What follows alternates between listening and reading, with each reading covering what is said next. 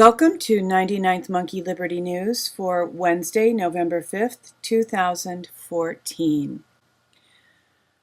Here are some of the election results, fallout after election.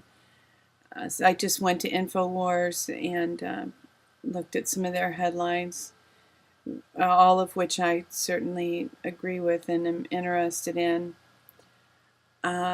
Especially comments from Ron Paul. Paul, Hillary Clinton soundly rejected. Let's hope so. Feynman, the Obama era is over. It still would be nice to have some closure, like impeachment and, a reckoning, justice for things like Fast and Furious, Benghazi.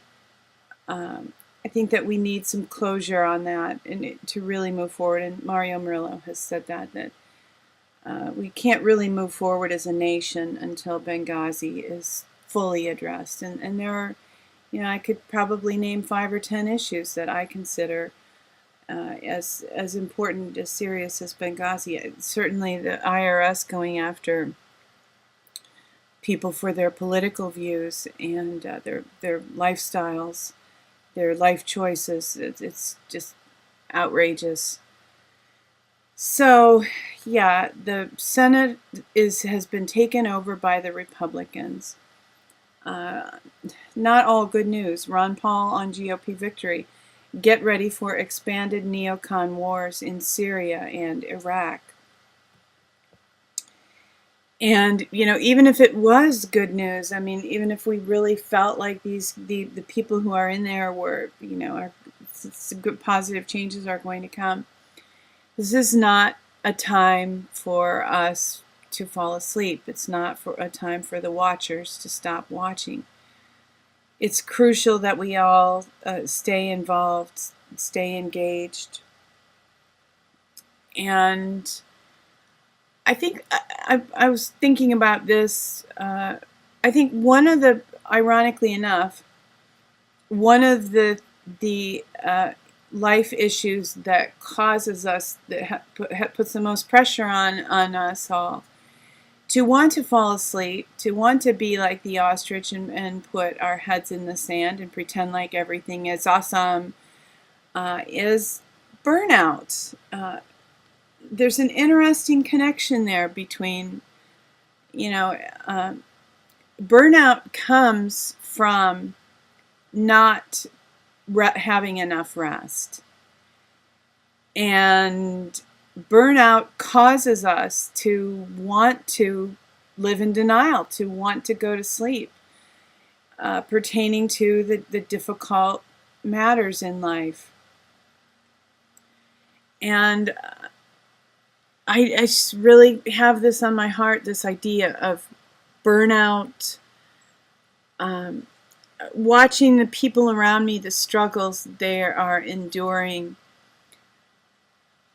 One of the real issues here is that people never get a break. They never get a kind of rest. They don't step away to gain perspective and to come in with fresh vigor. So if we don't step away and then come back in with fresh vigor, we don't have fresh vigor. We are always looking for the way out. We're always looking for the way to live in denial.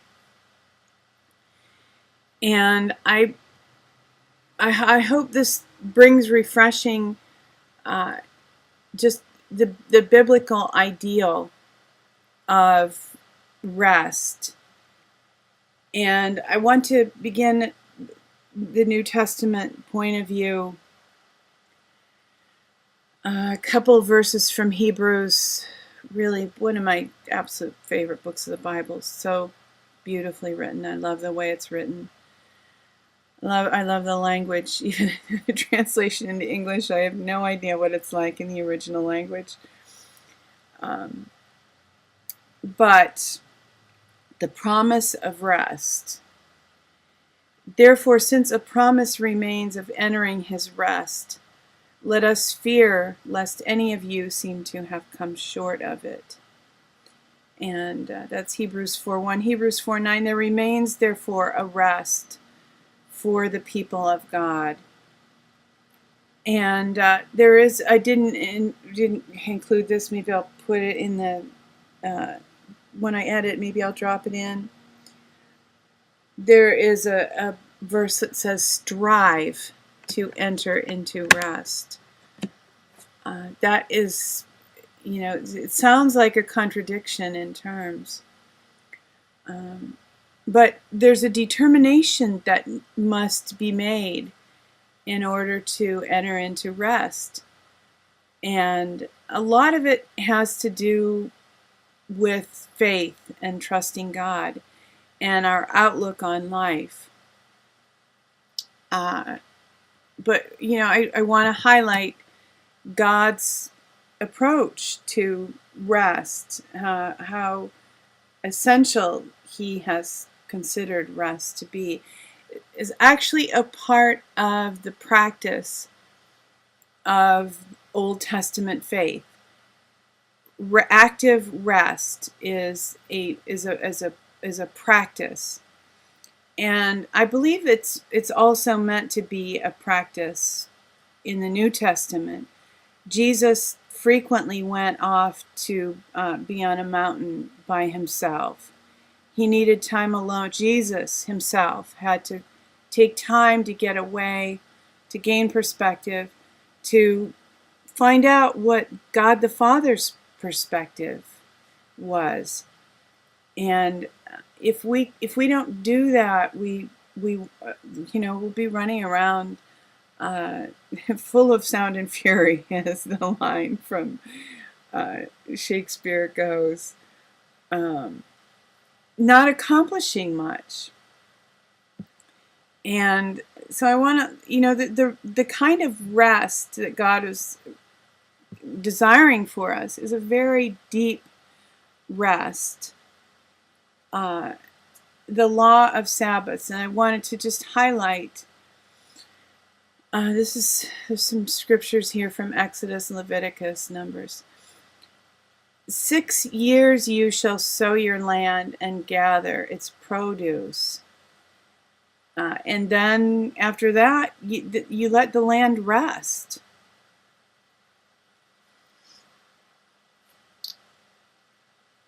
And people rest. It's this cycle of work and rest is crucial for health. And if we let the land rest every 1 year out of 7, I suspect that the minerals would naturally have a chance to build up more.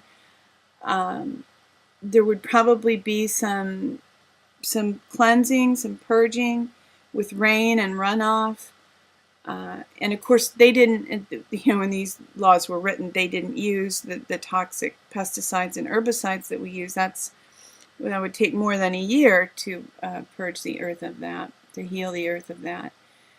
But in a year, a lot of cleansing can happen.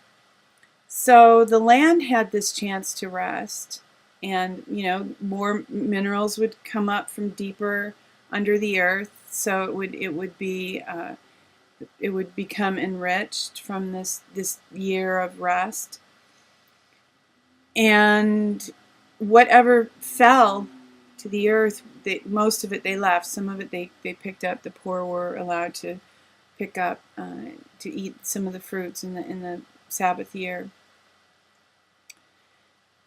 But it's just a beautiful principle, and I think it's very difficult for people to grasp this. Reading some of the judgment times in the Old Testament, it doesn't appear that they ever actually did grasp this principle of letting the earth rest 1 year out of 7. And one aspect of this that I mentioned that I do want to highlight is the amount of faith required to believe that God would give them a bumper crop in their final year so that they would have provisions to last through the year of rest.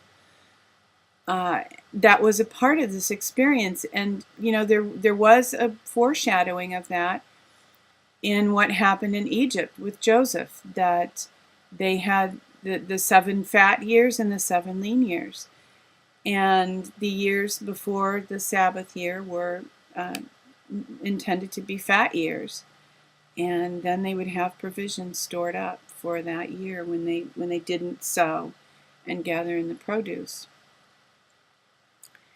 So again, a large aspect of this has to do with faith.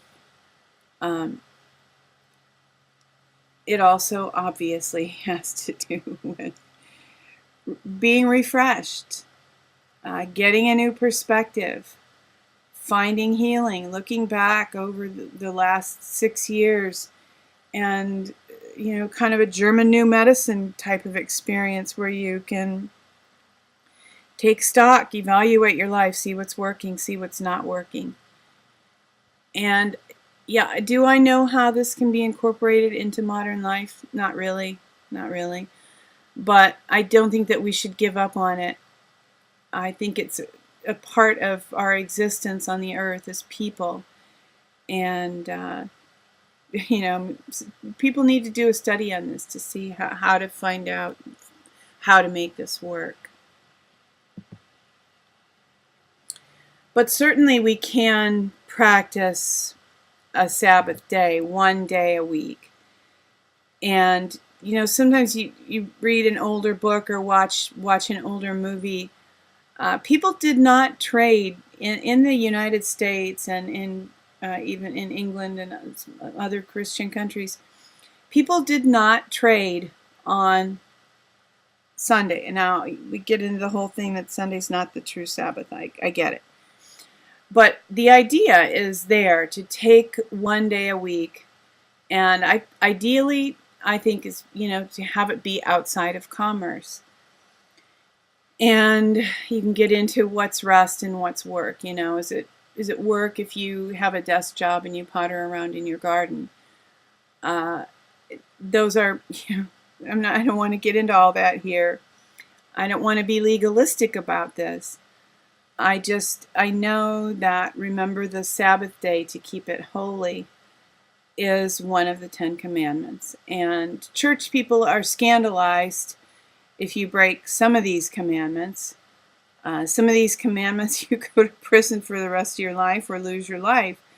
But this number 8 here, we just kind of, nobody talks about that. Literally, people in churches, I don't believe I've ever heard a sermon preached on rest, on remembering the Sabbath day to keep it holy. And we've lost something because of that. And I honestly, I remember as a child, gas stations were closed on Sundays. It was difficult to travel on Sundays because if you went a fair distance, you couldn't get gas. You might not find a gas station open. And that compelled everybody to rest. And when everybody's resting, you're far more likely to go out and look for some work to do. It was pleasant. It was nice when stores were not open on Sundays.